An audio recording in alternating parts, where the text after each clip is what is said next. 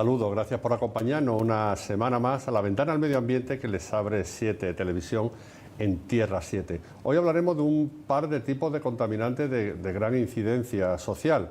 Una son los microplásticos, esa contaminación que ha llegado para quedarse, incluso para aumentar, y que ya provoca, y serán más, problemas en la salud humana. Y el otro deriva de un sistema de transporte en expansión, es el avión. Cada vez volamos más y hay una honda polémica no solo sobre la contaminación que generan sus motores, sino este bulo sobre que esas estelas en el cielo pues son otra cosa. De todo esto hablaremos después de algunas noticias.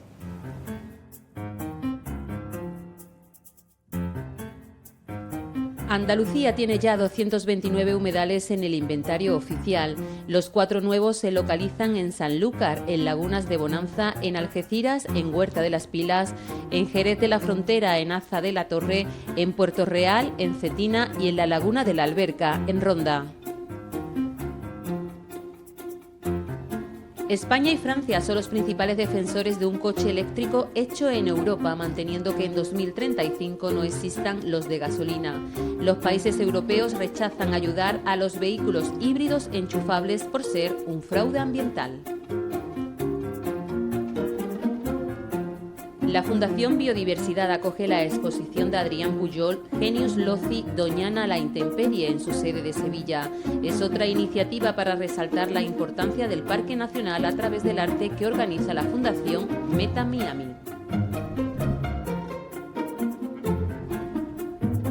Los países europeos generaron 178 kilos de residuos de envases por habitante y año, 20 kilos más por persona que hace 10 años. El papel y el cartón continúan siendo el más frecuente, el 40% del total, seguido del plástico con un 20%, el vidrio con un 19% y la madera con un 16%. España recicla el 70%.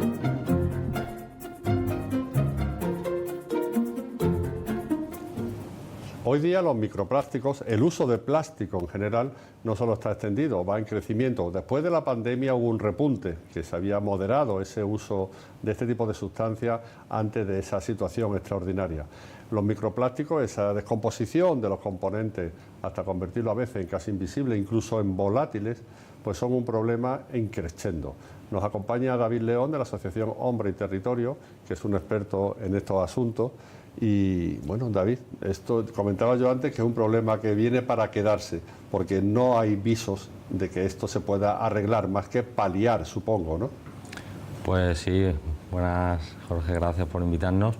Efectivamente, como dices, es el problema de los microplásticos, de la contaminación en general por plástico y de forma especial por microplásticos, pues es un problema ambiental que afecta pues prácticamente a todos los ecosistemas terrestres, marinos, aéreos, a sus especies, a sus hábitats y por supuesto al ser humano y a su salud. Entonces, como dice, es un problema invisible, pero que está ahí, cada vez se está conociendo más y desde luego esperemos que poco a poco, con todos los esfuerzos que se están haciendo por parte de investigadores, por parte pues de conservacionistas, por parte de entidades pues que sacan un poco pues los resultados de los proyectos y los análisis, pues poco a poco se vaya reduciendo, pero desde luego ahora mismo es un problema importante. Los microplásticos son sus componentes, son estructuras de menos de 5 milímetros, ¿no? Sí, la nomenclatura así en general pues serían elementos derivados del plástico que pueden ser derivados de materiales más grandes que se han ido disgregando, rompiendo, fragmentando por su uso, desgaste o rotura, o elementos que tienen ese tamaño ya en su fabricación.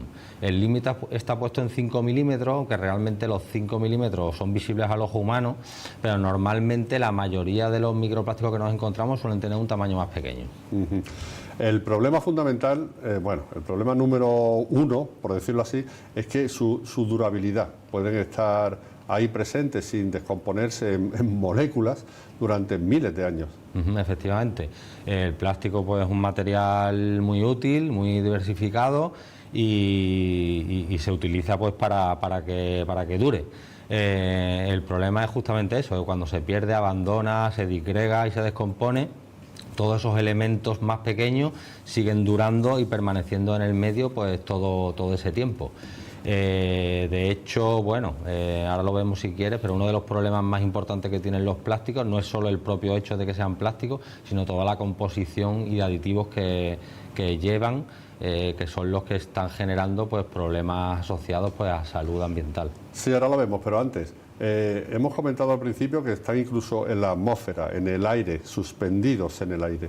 Estamos respirando microplásticos. Efectivamente, los microplásticos se encuentran actualmente, como decía al principio, en todos los sistemas y todos los entornos en los que se busque, incluyendo el aire que respiramos, porque muchas partículas, principalmente las fibras, son elementos muy volátiles, muy pequeños, que se levantan pues simplemente con el viento, con el propio uso, porque pesan muy poco y entonces están, aunque no los veamos, pues están en el ambiente que respiramos. Igualmente, partículas que se encuentran en el agua, tanto en agua de grifo como en el agua embotellada, o sea, no hay estudios que las han detectado en los dos tipos de agua, entonces los estamos bebiendo, los estamos respirando y los estamos comiendo.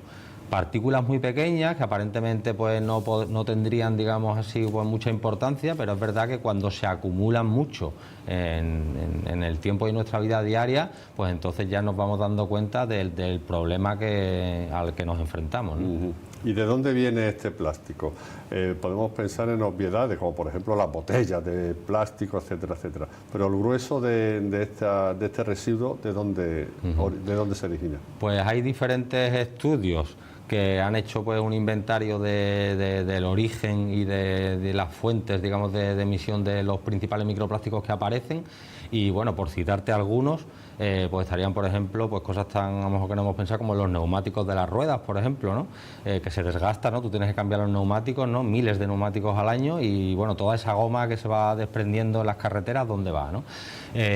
Por ejemplo, también, pues todos los restos de pinturas o restos de acrílicos, restos de materiales que se van desgastando y se van desprendiendo poco a poco, polvo de las ciudades, materiales cosméticos y asociados pues a la salud y sobre todo y de forma especial las fibras asociadas a la prenda sintética sobre todo y a cuerdas, cordeles y otro tipo de cabos de ese tipo.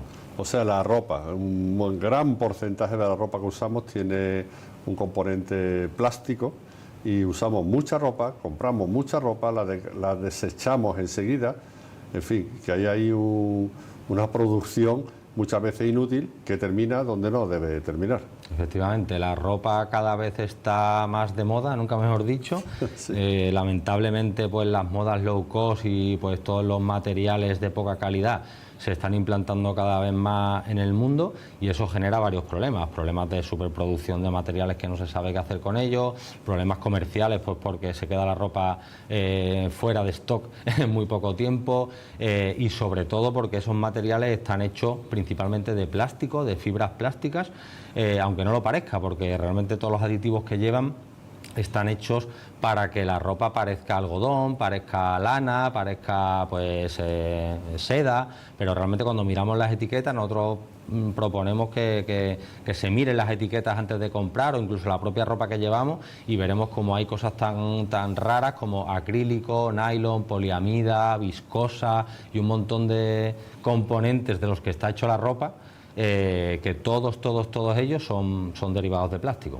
Y hay un residuo que es abundantísimo en las calles de las ciudades, desgraciadamente muchas veces en las playas, que también es parte de este problema, que son las colillas de los cigarros. Efectivamente, las colillas, que es uno de los 5 primeros elementos de basura marina detectados en todo el mundo, es decir, cuando haces un muestreo en la playa, entre los 5 primeros elementos que te encuentras más abundantes son las colillas. Es un problema ambiental que afecta pues a los ecosistemas terrestres, marinos, a las aves, a los peces y demás, pero que desde hace unos años también afecta pues desde su punto de vista de que emiten microplásticos, porque las colillas antes estaban hechas de papel o de celulosa, pero ahora están hechas de plástico. Si tú miras una colilla a la lupa o al microscopio, verás que está hecha de miles de fibras entrelazadas que se van disgregando cuando la colilla se abandona.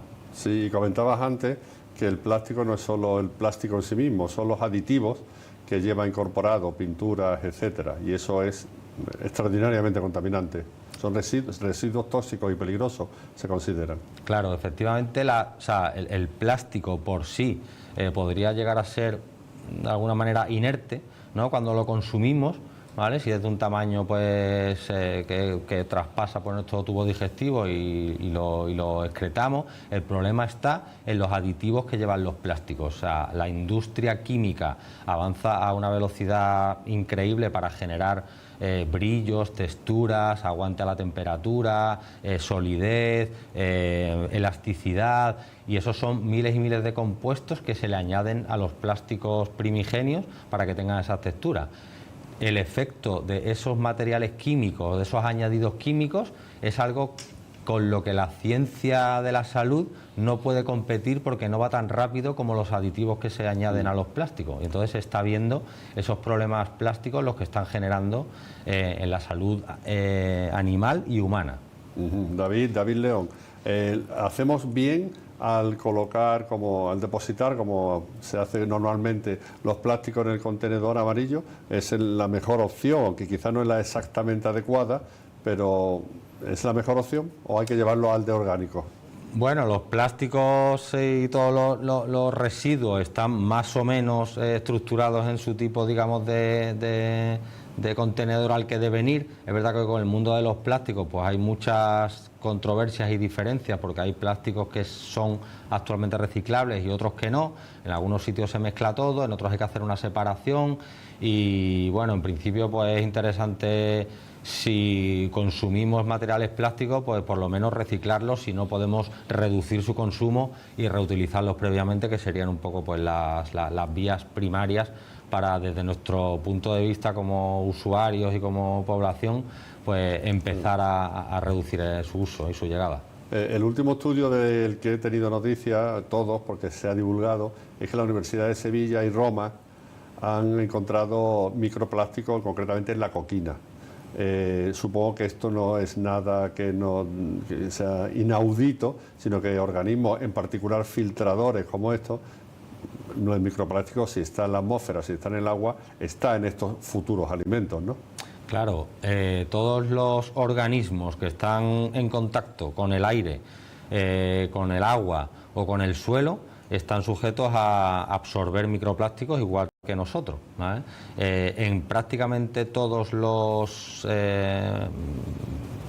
animales, vegetales y recursos que se analizan se encuentran. La coquina, como tú dices, o la almeja o cualquier filtrador, digamos, de fango, también está sometido a ellos, porque muchos plásticos tienen la capacidad de flotar, otros tienen la capacidad de mantenerse en la columna del agua porque tienen una flotabilidad parecida al agua, y otros directamente se hunden. De hecho, el fondo marino se considera actualmente un sumidero silencioso de miles y miles de toneladas de plásticos y de microplásticos también, y están sometidos, todos los organismos que viven a ello, están sometidos pues a su impacto. Hay varias cifras de cuántos gramos de plástico nos metemos en el cuerpo al cabo de un año. A ver, ¿por dónde están los cálculos más fiables, digamos, más establecidos? Bueno, pues teniendo en cuenta que, por ejemplo, dentro ya del ser humano se ha encontrado microplástico en las placentas humanas, se ha encontrado microplástico en las arterias, se ha encontrado microplástico en los testículos, se ha encontrado microplástico en las heces. Digamos que está claro que estamos ingiriendo, absorbiendo y respirando plásticos. Hay estimas que dicen que podríamos estar consumiendo en total aproximadamente entre 1 y 5 gramos a la semana de microplásticos, que sería aproximadamente como una tarjeta de crédito como de la que estamos acostumbrados. Eso puede ser en algunos casos a lo mejor más extremo o no, pero lo que está claro es que